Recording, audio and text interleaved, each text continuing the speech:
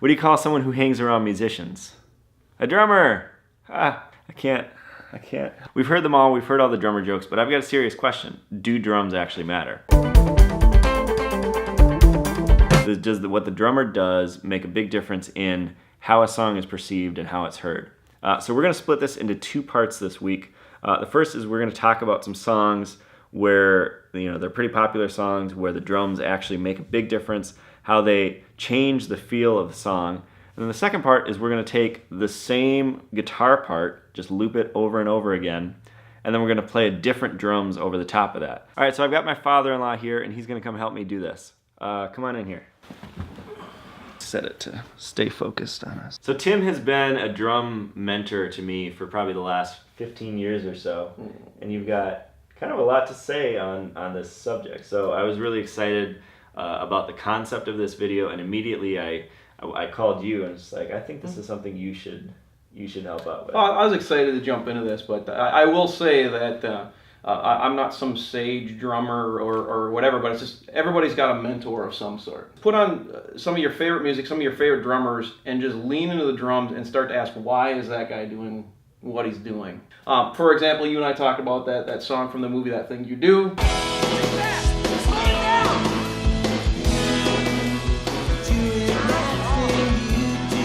Originally written as a slow romantic close, get everybody on the floor and dance close together. Mm-hmm. And at some point in the future of the show, the drummer starts playing this drum beat harder and faster than it was supposed to be, but the crowd started dancing. So all of a sudden this song became something different than what it was intended, but it was for the better. The whole movie, That Thing You Do, is predicated on the concept of the drums made the band. You're a lucky man! So we're going to walk through a few examples here of what the drummer did and how it made a difference in how it's perceived. Yep, or maybe the drum has some iconic thing that everybody can hook to, which That Thing You Do is another example of that too. Yep. So let's start out with one of the most iconic songs. You've heard it.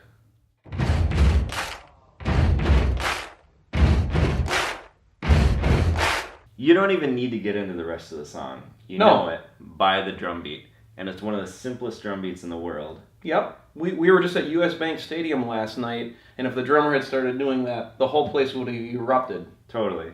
That would have been it. And instead, the drummer started playing this.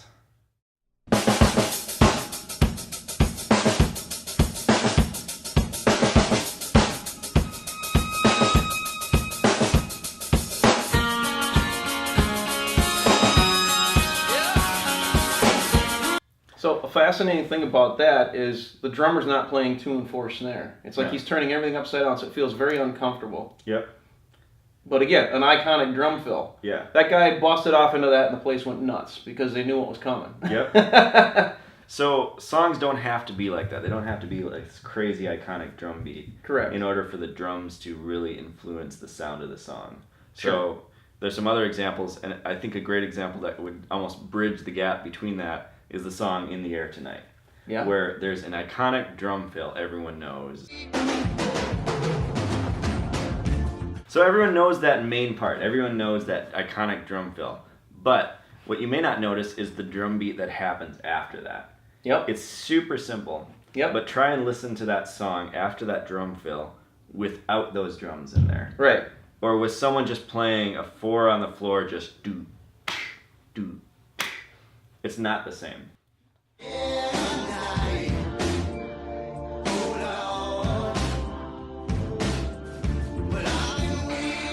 He's creating some micro tension in there between the 2 and the 4. Mm-hmm. It's dun dun dun. Wait for it. Da dun dun dun da. All right.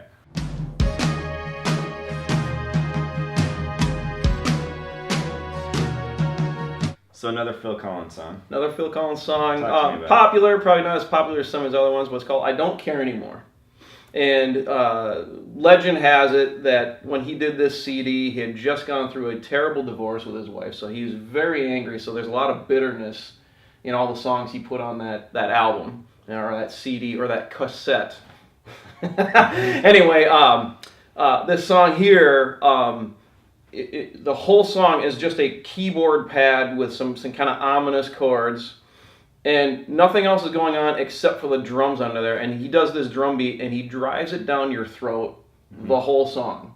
He never stops. It's the same drum fill the whole time. Never busts off into any straight anything. He does his drum beat, but this drum beat sounds really angry.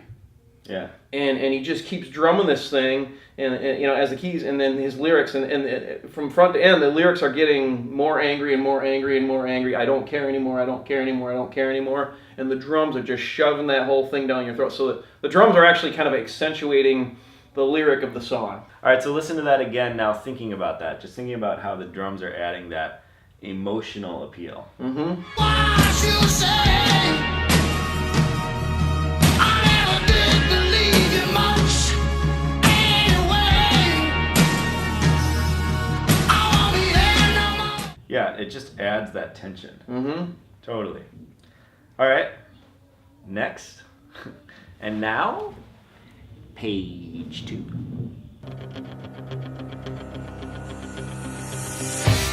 Have you guys heard this one?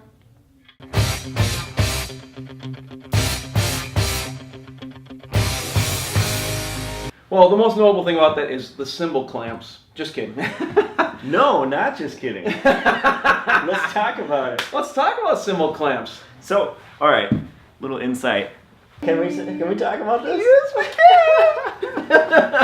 So him and I play at churches often, and one of the funny things about it is, there's a certain unwritten rule of things you can and can't do in a church. And things that would be appropriate to the situation and not appropriate to the situation. Yes. So very often though, what happens is he'll be at the same church that I'm playing at, or I'll be at the same church he's playing at, and we came up with this unwritten rule maybe 5 or 10 years ago, where anytime we know they're in the congregation, we have to throw in a cymbal clamp at some point, and bonus points if it sticks out like a sore thumb. The other man has the responsibility to name where that cymbal clamp was. Yes. And how it made them feel. So there you go. Moving on. Okay, so Eye of the Tiger. Everybody knows the song. There's 2 things of note in that song, or 3 things of note. You got the cymbal clamps like we just had there, but that guitar line is known worldwide. I think you would struggle. Maybe you went in the upper hills of Tibet, you might find somebody who hasn't heard that. But that guitar line, everybody knows it. But pay attention to the drums under there. They're doing absolutely nothing but just straight 4. But the reason that's there is because this movie was about boxing. And during the scenes that song was going, was Rocky Balboa doing his punches, but everything he's doing is rhythmic. Yeah. And so the drum is like we're stomping towards this goal. Drummer never does anything to back off that drum beat. Yep.